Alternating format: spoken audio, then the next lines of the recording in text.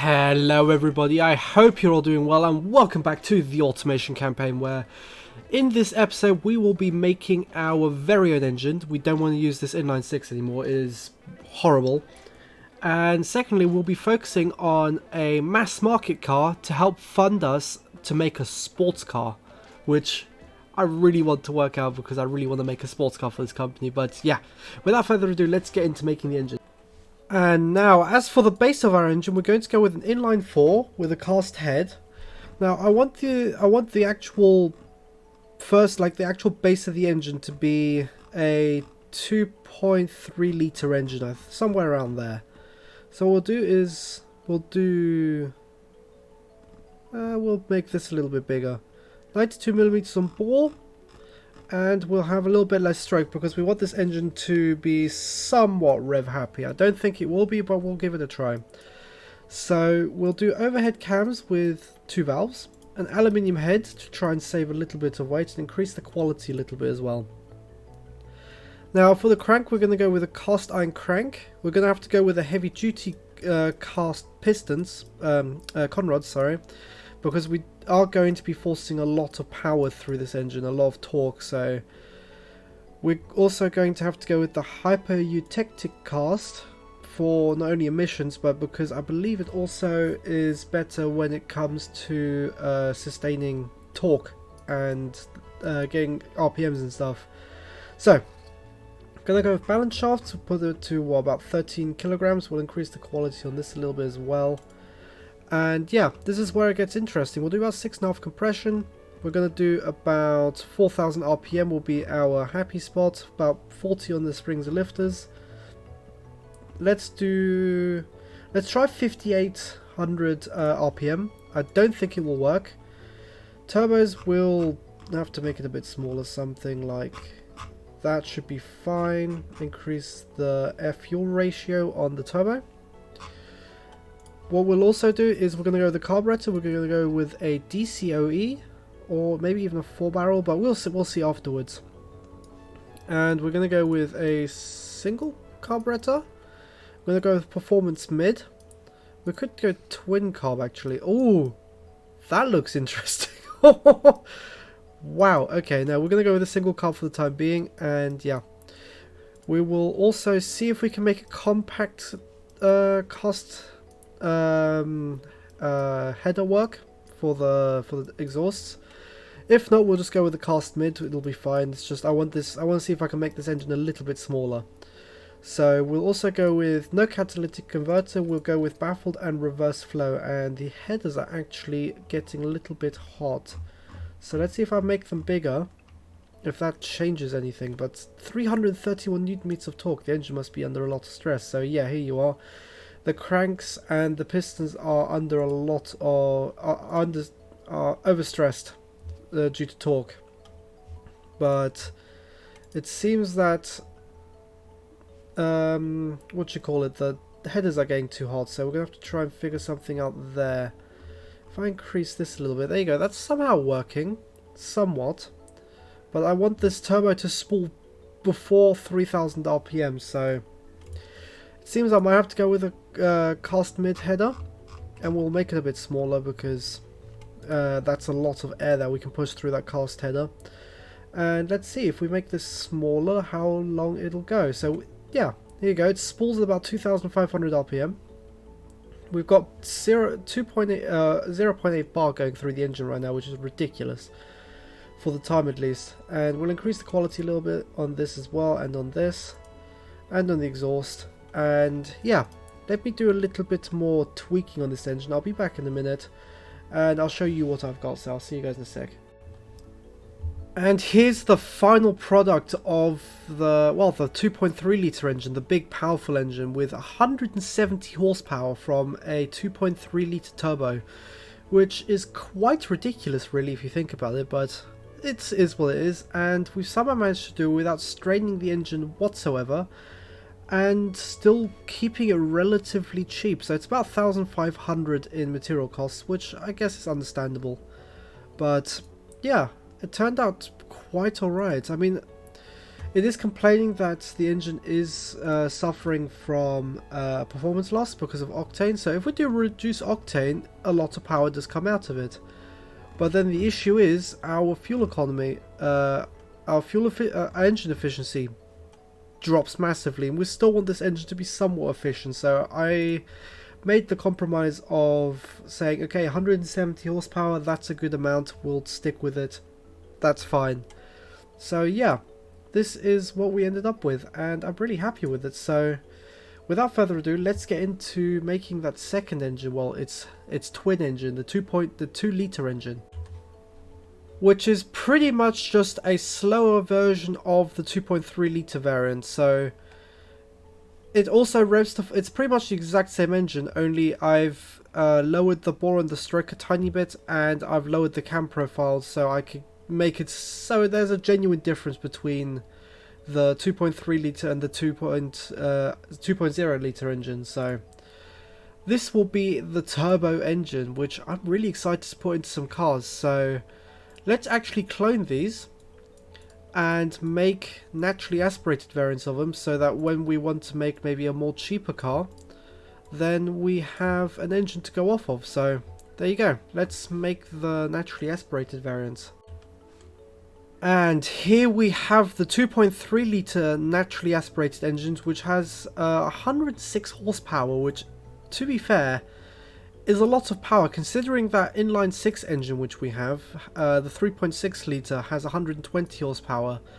This 2.3 liter engine producing 106 horsepower is actually crazy. So yeah, without further ado, let's get into making that 2.0 liter engine. And here's the 2 liter variant, and I feel like this rounds out quite a nice collection of engines which we've designed here. This is supposed to be the more economically minded engine. So this one has 15.8 fuel percent engine efficiency, which is not too great, but it's not too bad either. So we'll take it, and we'll make the most of it. We can always improve it with later iterations in the future, but I feel like this turned out to be a pretty decent engine the way it is. So let's click to complete the design, and let's get ready to sell them. And what I mean by sell them is put them in, well, begin the engineering on them so we can actually put them into cars in the future. So let's see if we can actually design these engines in a relatively good time. So we're gonna have to increase the speed. So 48 months, I'll take 48 months. The reliability is at 64. So I'll take that. That seems like it'll be a pretty decent engine. So let's sign off on this engine. Yes, it has no factories, but we'll do activate loan, as it's only projected to cost around 40 million, which we can definitely handle. So let's not take out a loan for this engine. For some reason it's kept the old names. I've actually named every single model, but oh well. And let's get into making that car, which will then fund our sports car.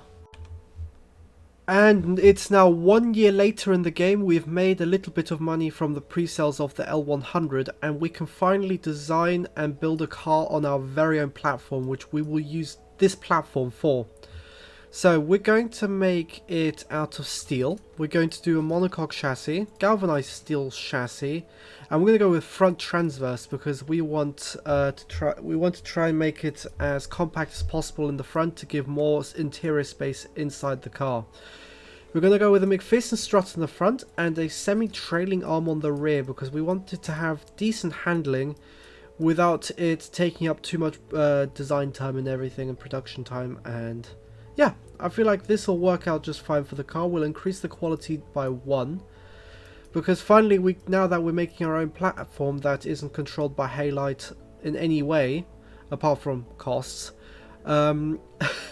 we can now think about designing our own cars. So we're going to take an existing engine, and this car will take the VN23, which is the naturally aspirated 2.3 liter engine, as its base engine.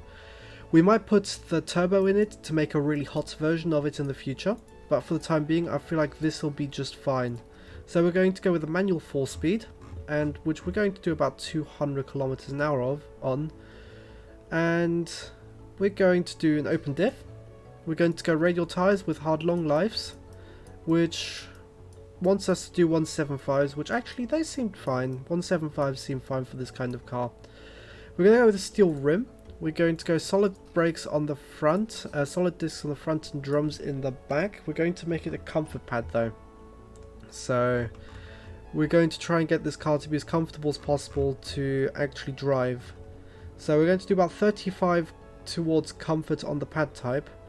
And yeah, so no under tray, there's no point for one, and the interior seems fine. We'll do a basic AM radio for this car. We don't want, we want them to have something at least when they're buying this car. I would like to use a manual steering because I don't know whether hydraulic would be worth it for this car just yet, but we'll see. So we're going to go with the standard 70s safety, and we will go progressive and twin tube, and I believe there's going to be complaints about the power steering. Yeah, the car weighs about a ton, which is alright, it's nothing too crazy. And the car is surprisingly drivable, which I'm very happy to see.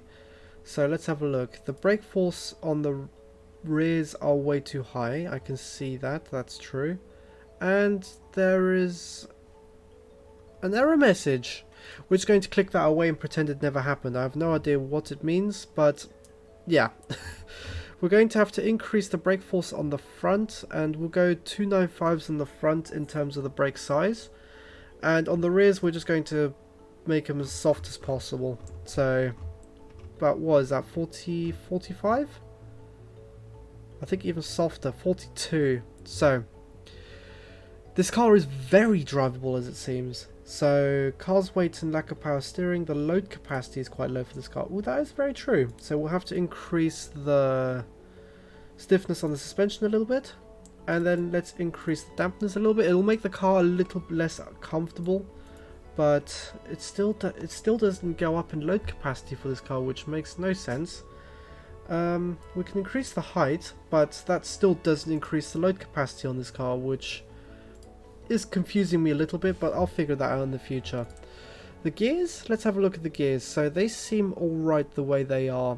We can make the first gear a little bit longer, about 70 kilometers an hour. We have no wheel spin then, and yeah, this seems like it's a good start for this car. So how are we doing on actual drivability? We're on 99.3, so we've got a really drivable car on our hands here. So if we go into the budget demograph, we have a really, we have a really drivable car. And the comfort is actually quite close to where the budget segment wants it to be. So let's have a look. So currently we're selling around 2,600 a month, just on what we've got aligned now. So let's see. Well, there isn't really all that much more I can do to change this. We could do a hydraulic ball power steering, but that reduces drivability a lot. So we'll stick with manual recirculating ball for the power steering, and, well, lack of power steering. And yeah, I'll get on to designing the car now. I'll try and see if I can fix up these issues, and I'll see you guys in a sec. Take care.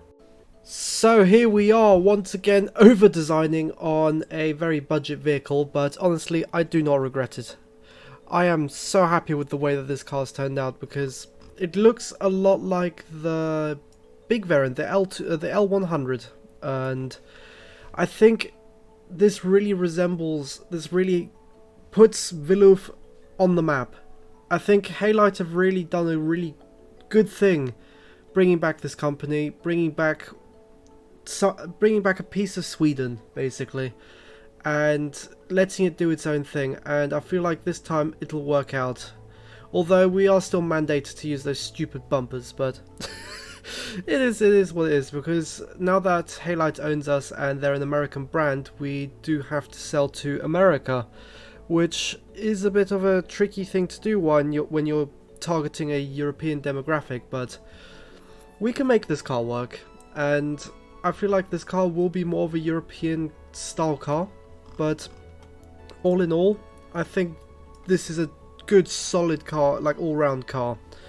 Now as for the design, it was like I said, pretty much the the L100, and I've only made the grille smaller. Once again, added that little side indicator for extra indication visibility. And here's a really cool thing. I don't know whether I mentioned it in the last episode, but the vent that I made on the bonnet, it is pretty much just made of 3D objects.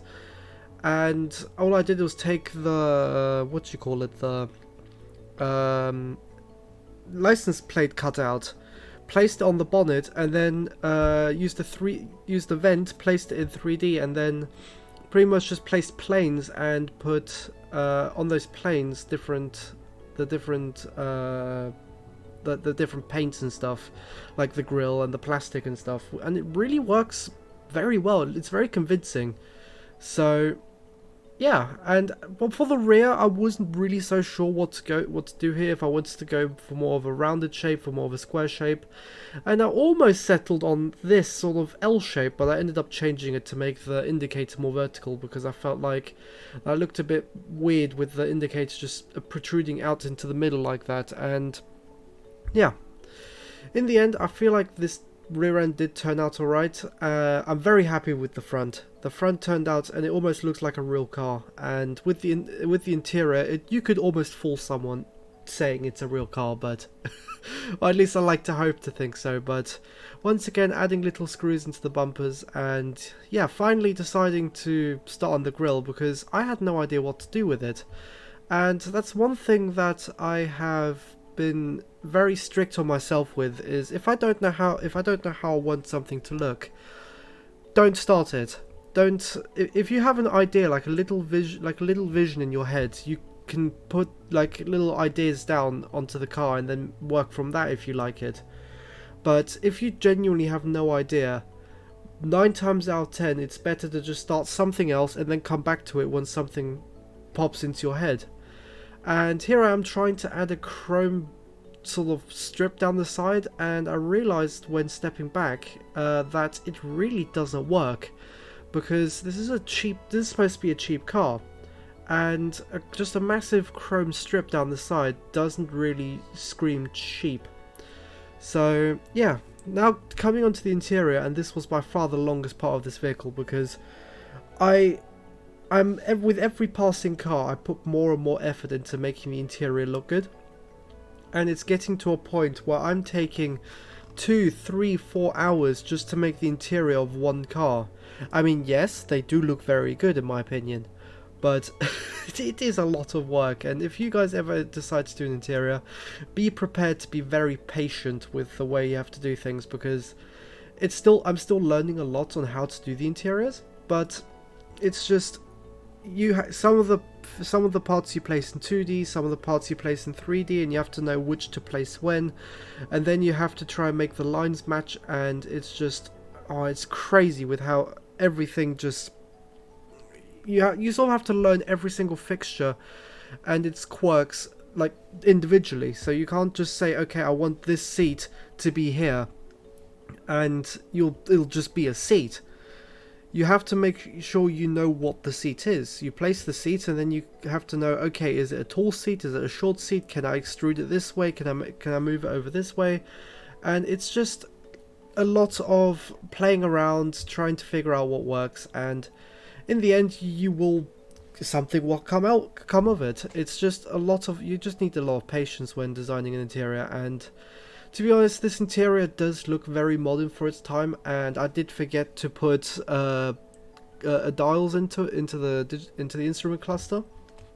But like I said, 3-4 hours of working on the interior is a lot of time, and I mean, you can see just by the door cards of how I'm trying to make them work and place them with the door. It's just, it takes a long time. It's even more annoying with the pillars on the car. But eventually something, like I said many times now, something will come of it. And here I'm just placing pedals and stuff. It's all just stuff you'd find in a car. I mean, it's nothing extravagant. Like I said, it's supposed to be a cheap car, and lots of the stuff that I'm placing in here probably isn't necessary.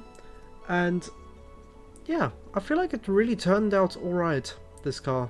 I'm very happy with the design of it. The rear, I could have worked on it a little bit more and made it a bit more individual and unique, but I decided to leave it the way it was because after working on this car for several hours, I decided, okay, I need to release this episode at some point. I've now worked on this car for 2 days. I have to upload tomorrow. So, yeah, it was fun designing this car. If it were up to me, I would spend 3-4 days on it and upload it once a week, but I don't want to keep you guys hanging for that long. So, yeah. I hope you guys do enjoy the design of this car as much as I do, because I just feel like this is a return to a car that we should have been making many years ago. The sort of car, at least, like with the big engine, the big innovating engine, and with just the incredible amount of drivability this car got. Like, you'll see in a minute, we've got an insane drivability score on this car, which I'm very surprised about, considering that this car is very cheap to produce.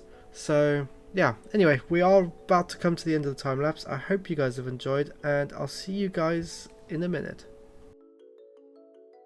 And here we have it, and I think it has turned out really nice. I love the colour and I love the design of this car. It is just a continuation of the design we used on the L100, just made a bit cheaper with some more plastic, and just making the car all round cheaper so that when we do go to sell it, it actually it would make sense to sell it for cheaper. So as for the interior, yes, it is also cheaper. I forgot to put dials in, but I'll probably do that in a second.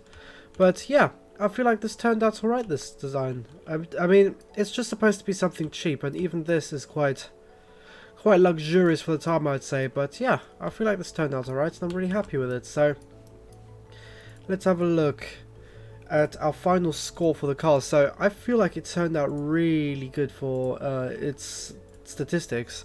So we've got nearly 50% drivability, which is crazy.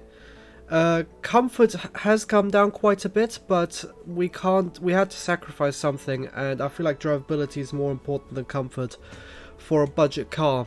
Sportiness, I don't know how that has come up so high, but it's quite a sporty car.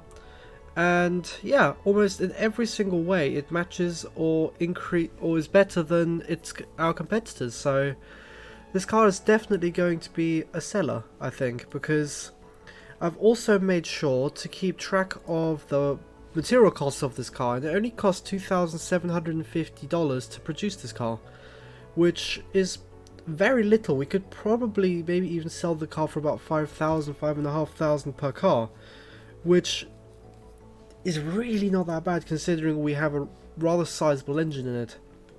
So what we're going to do is we're going to complete the design, and I'm going to make a big version of it, so a station wagon, whatever you want to call them, and that way we will have all segments sort of covered, because what we'll have is we'll have that one to be our small city runabout car, and then we'll have one big one in the form of this wagon. That's it, wagon, which will then be for bigger families and bigger people and whatever you want to call it. So let me quickly fix the interior and fix the roof a little bit, and I'll be back with you. And that's all I've changed when it actually comes to this car. I haven't decided to fiddle with any settings, and to be fair, I could probably redo the suspension a little bit to make it more drivable, but I feel like that would be unrealistic in the context of using a platform to design the car and then just adding a little bit to the back. So I'm just going to leave it the way it is. We're going to use the hatchback as our main car, and this is our second car. So let's complete this design and call it the W23, because it has a 2.3 litre engine. And yeah, let's go on to sell this car, and we want this to release in, what was it, 4 years time? So that's 48 months, so we can do quite a high reliability. We're going to take down the tooling on this, and that means we can save a little bit of money when it comes to actually designing it, and we can learn a thing or two from the car. So 48 months, I believe it was 48 months, either 48 or 36 months, it doesn't matter. We still need to get a factory up for the other car, for the engine anyway. So let's have a look. Oh, actually we can probably make a factory. No, sadly not. We're gonna have to make a factory from our own money, which was sort of to be expected anyway. But we're gonna have to make a new factory for this car as well, which I hope it'll work out because it'll be expensive. So we're gonna go with a large plot, and for the time being we're gonna go with a medium 3 factory, and we're gonna have to do steel presses and a galvanization plant, which itself already costs several million to make. So we're going to do 1.8 on the minimum shifts, 2.5 on the maximum, 2 on the target shifts, 80% wages, and 75% worker quality, which means we produce 4,400 cars and at quite a cheap rate. So let's have a look here. 433 million to produce this factory, and the profit margins are about $2,000, which I was sort of expecting it to be. So let's increase automation a little bit, or reduce. I mean, tooling quality we'll leave at 50, and the QA threshold will increase a little bit as well. We still want to try and make as much profit out of the car as possible. So here you go. Let's complete this factory. That's nearly $500 million what we're putting into the factory, which isn't great, but we'll make it work. So the car actually currently retails for 4,800. So we'll do there you go, it's making profit. So we'll do 5.5 for the time being. Let's have a look how that looks, and hopefully we can make a profit out of it. So 5,500 per car, that's a profit margin of about 20% per car. And the game has to load, but once it does load, it'll show us that we're making instant profits, which makes no sense because it's not dipping in any way, shape or form. Oh, it's because we don't have engines yet, that's why. So we'll stick to 5,500, we'll stick to 5,800 per car. That means we have a profit margin of about 30% per car, which is fine by me. And we will complete the design. And that's a lot. So we'll take out a loan, I think. It'll make sense. So 98 months. Oh wait, no, 96 months is 7 years. Yeah, we'll do that. No, 8 years that is. We'll do 8 years, and we're paying back. How much are we paying back per month? 7 million per month. That's all right. We can live with that. So we'll sign off on this car, and we will now also we'll also make the factory for the second engine, and new factory, design and configure factory for this engine exactly. And this is going to have to be a large engine, we can't change that. So a large factory, because once we do get to actually making different cars, that is going to be our main source of just everything. That's where all our money is going to be coming. All our engines are going to be coming from. So we're going to do the same as always. 80% and 75%. Very expensive factory, but it'll be very underutilized once we actually do produce this engine. But the engines are produced very cheaply. So if we do this for the time being, we can always upgrade the factory in the future.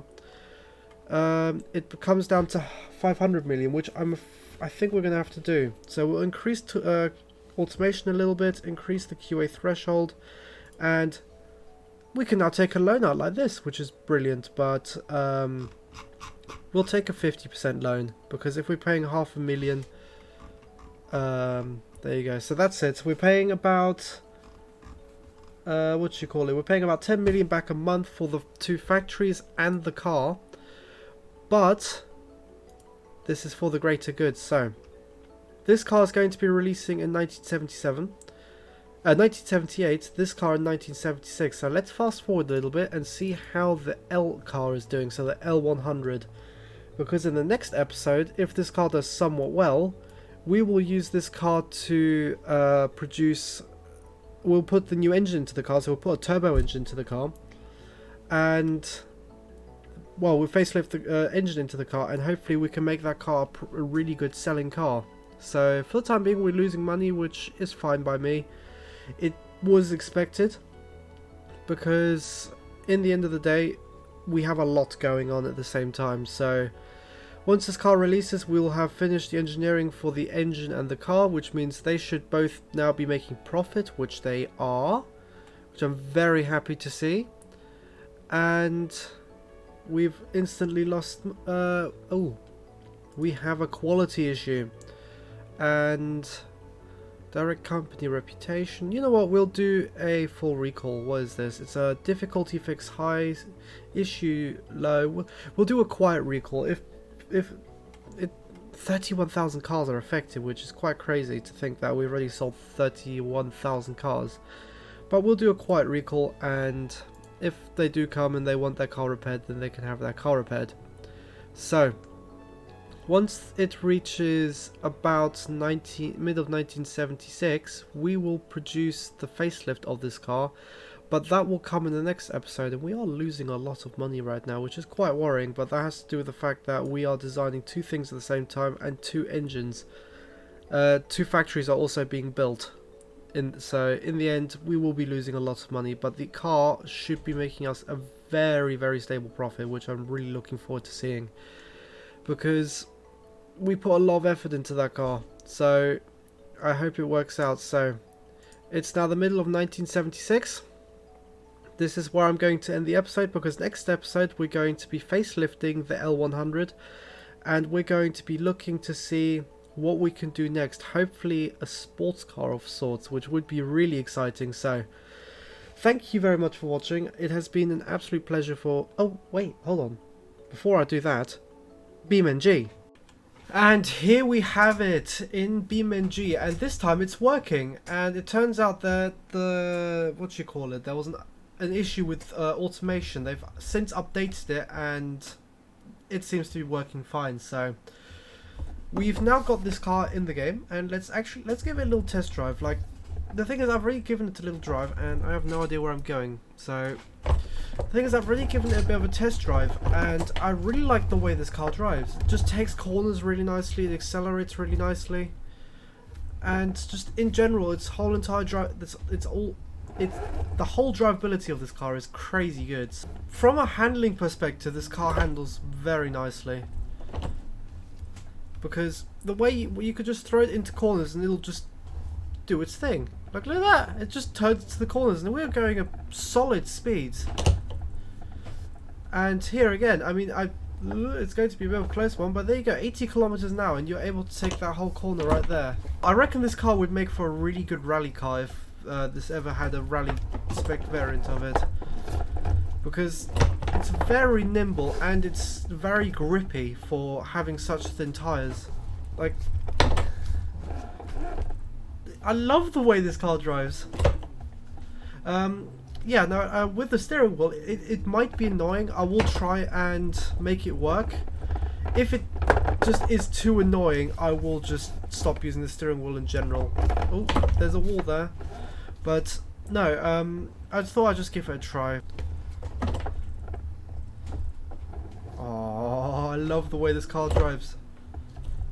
And the way that the engine just pulls, it feels so natural. Oh, I forgot to turn there. But the way the engine drives, it's just so natural. It just drives so naturally. I'm really concentrating, which I usually don't do when I play this game. But I actually want to show you guys what this car can do.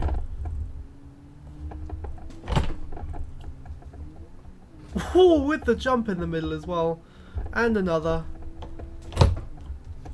Into fourth gear and brake because there's a corner coming up.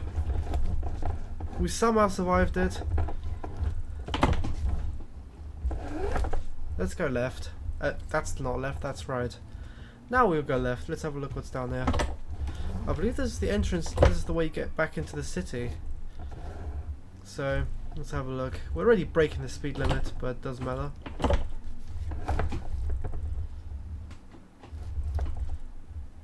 To the left of us is the city, but I kind of just want to drive this car in this kind of road again.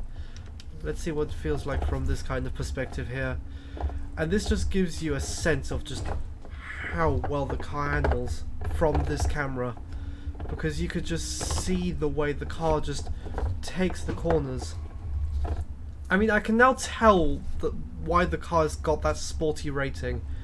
it does have that essence of sportiness to it, but it's still incredibly drivable just in general. That's me going full throttle through that corner. But when it actually comes to driving this car, normally, through like as a normal person, this car just, it feels so natural as once again just to drive. Because the steering is weighty, but it's not so you can't turn it. But even if you want to go on the throttle, the car will do its thing. I should have made this car a lot more expensive, because this car is honestly worth every single little penny of that whole entire 5,800 I'm selling it for. And I just love putting the throttle down, just driving it. So now, I don't know which way to go, but we will try and do a top speed test on this car. Now, I don't think this car will reach its top speed, but you never know, we might be pleasantly surprised by it. So, I mean, it's only got 106 horsepower, so I'm not expecting much, but it's got a drag coefficient of 0.48, which is ridiculously high. Which means as soon as you're getting to speeds like this, the car is going to start struggling to push itself through the air. So let's see what it actually can do. So we've hit 150 kilometers an hour. 160. It is actually quite rapid, this. This is actually quite fast. 170. We have to start turning. 180, and it's still surprisingly stable. Still full throttle. 185. Oh, now it's starting to get a bit unstable as we're turning. But no, 185 seems to be this car's top speed, which honestly, for the time, is very fast for a budget car. Like I wouldn't have expected 180 kilometers an hour just in general. There's a lot of cars today that can't do that, so crazy. But yeah, I'm going to park her up here, and as I said before, the next episode we will be facelifting the L100, the bigger variant, and then we can actually give that a drive as well. But yeah, I really hope you guys have enjoyed this episode. It has been really fun making it, and really fun making this car and now driving it as well. So I hope you guys have an amazing rest of your day, and yeah, thank you for watching. Take care, bye bye.